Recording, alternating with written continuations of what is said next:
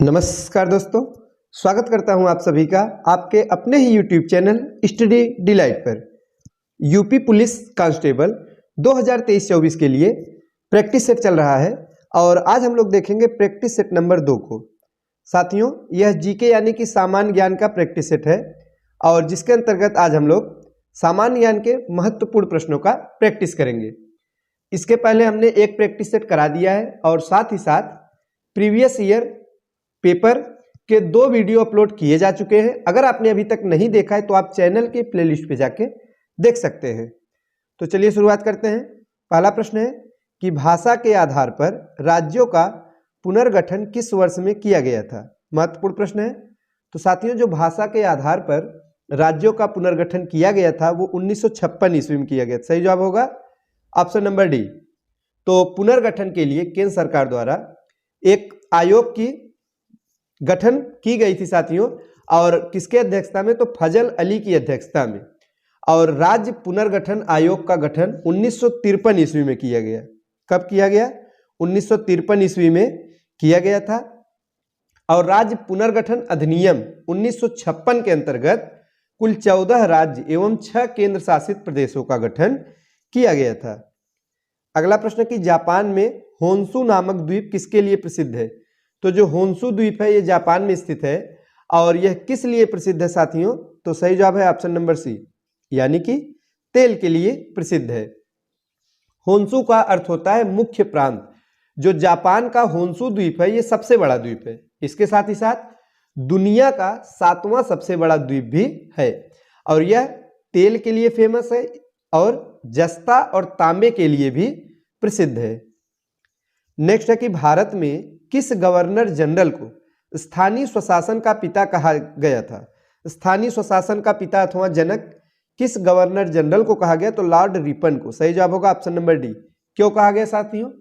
क्योंकि स्थानीय स्वशासन की शुरुआत ही 1882 में हुई थी और उस समय इसी का शासनकाल था, इसीलिए रिपन को स्थानीय स्वशासन का जनक कहा जाता है। अगला प्रश्न है निम्नलिखित में से किसने पहले 1935 में संविधान सभा का सुझाव प्रस्तावित किया था?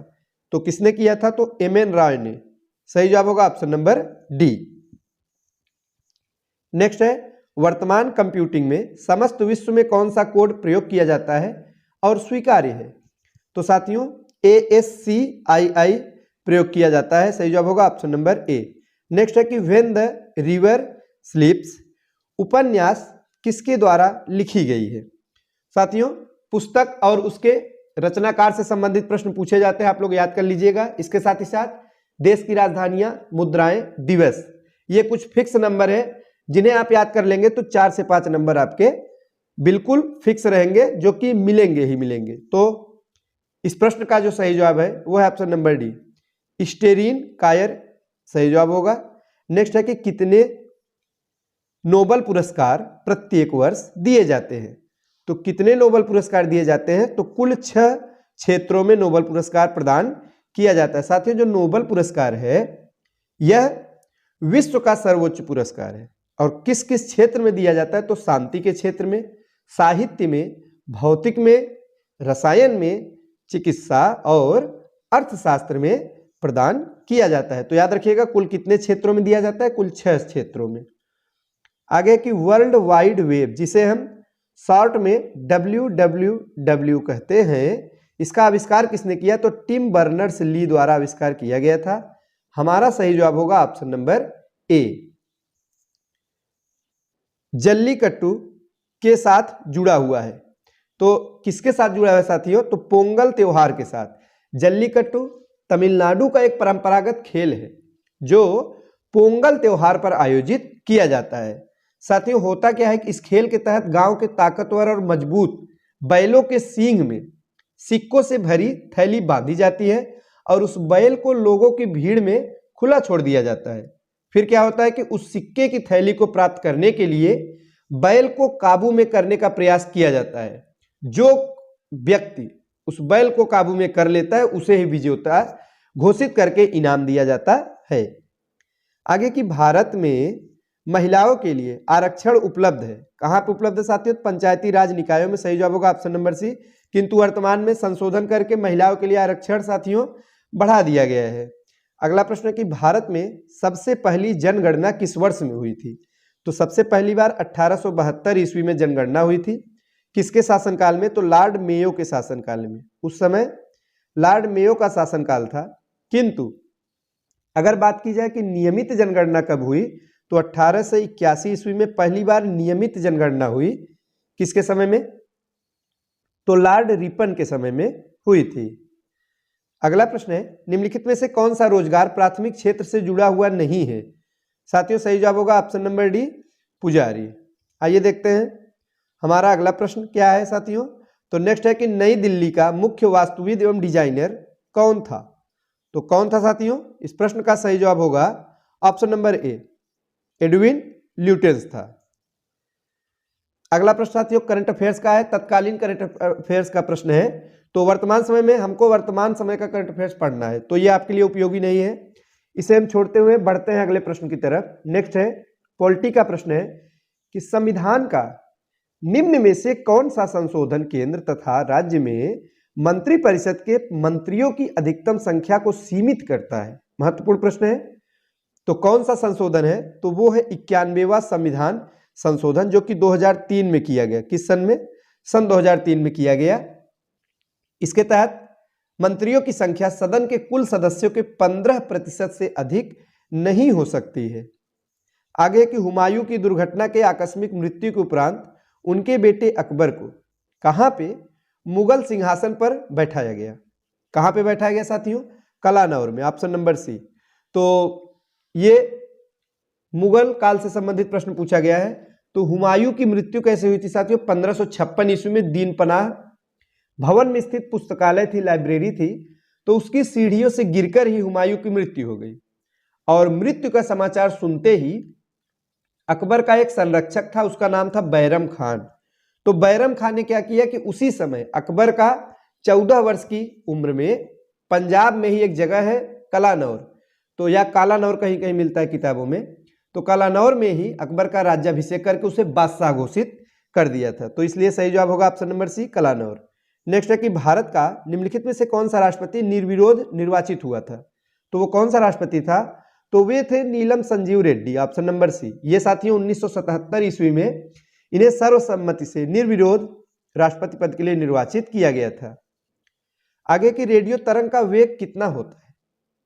तो कितना होता है?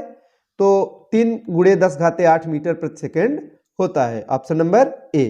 एफएम प्रसारण बैंड के बीच होता है तो VHF रेंज के बीच में होता है।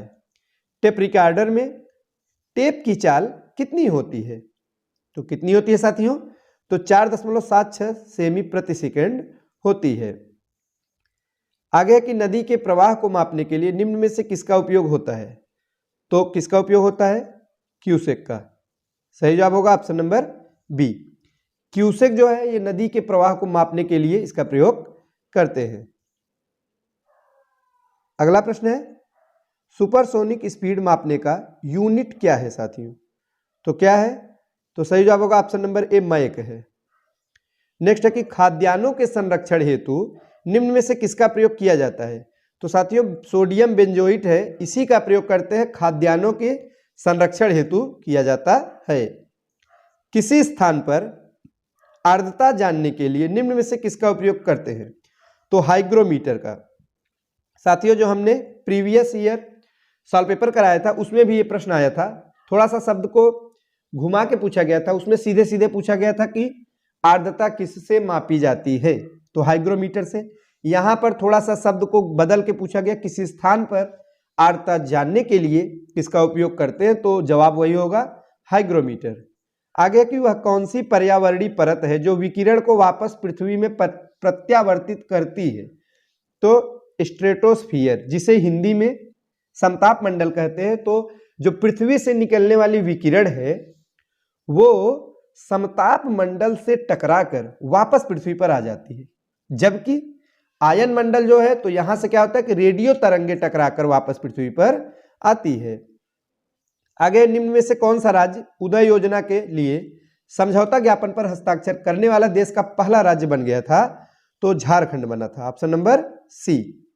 महात्मा गांधी भारतीय राष्ट्रीय कांग्रेस के अध्यक्ष किस वर्ष बने थे? तो गांधी जी 1924 ईस्वी में भारतीय राष्ट्रीय कांग्रेस के अध्यक्ष बने थे। और कौन सी अध्यक्षता थी साथियों, कौन सा अधिवेशन था? तो बेलगांव।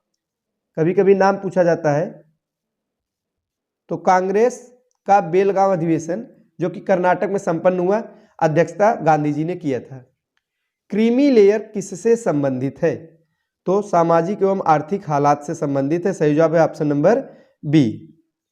अगला प्रश्न है कि लाल बहादुर शास्त्री स्टेडियम कहाँ पे स्थित है? तो साथियों जो लाल बहादुर शास्त्री ये स्टेडियम है ये हैदराबाद में स्थित है। कहाँ पे स्थित है? हैदराबाद में, जिसे कि पहले फुटबॉल और क्रिकेट का फतेह मैदान के नाम से जाना जाता था। नेक्स्ट है कि लाल जो रक्त है वो लाल दिखाई देने का उसका क्या कारण है? साथियों जो रक्त यानी खून है, ब्लड है, वो क्यों लाल दिखाई पड़ता है? तो किसकी उपस्थिति के कारण? तो हीमोग्लोबिन के कारण। ऑप्शन नंबर डी इस प्रश्न का सही जवाब होगा। आगे की गोल्डन पेन ऑफ फ्रीडम ये जो पुरस्कार है ये किससे संबंधित है? तो साथियों यह पत्रकारिता से संबंधित है। और शुरुआत कब किया गया? 1961 ईस्वी में इसकी शुरुआत की गई थी। और यह जो पुरस्कार है यह विश्व समाचार संगठन द्वारा व्यक्ति अथवा समूह को दिया जाता है। तो साथियों ये थे सामान्य ज्ञान यानी जीके का प्रश्न, जिन प्रश्नों का हमने प्रैक्टिस किया। वीडियो अच्छा लगा हो तो लाइक करें। आगे के प्रश्नों को हम नेक्स्ट प्रैक्टिस सेट में देखेंगे। आज के लिए बस इतना ही। धन्यवाद।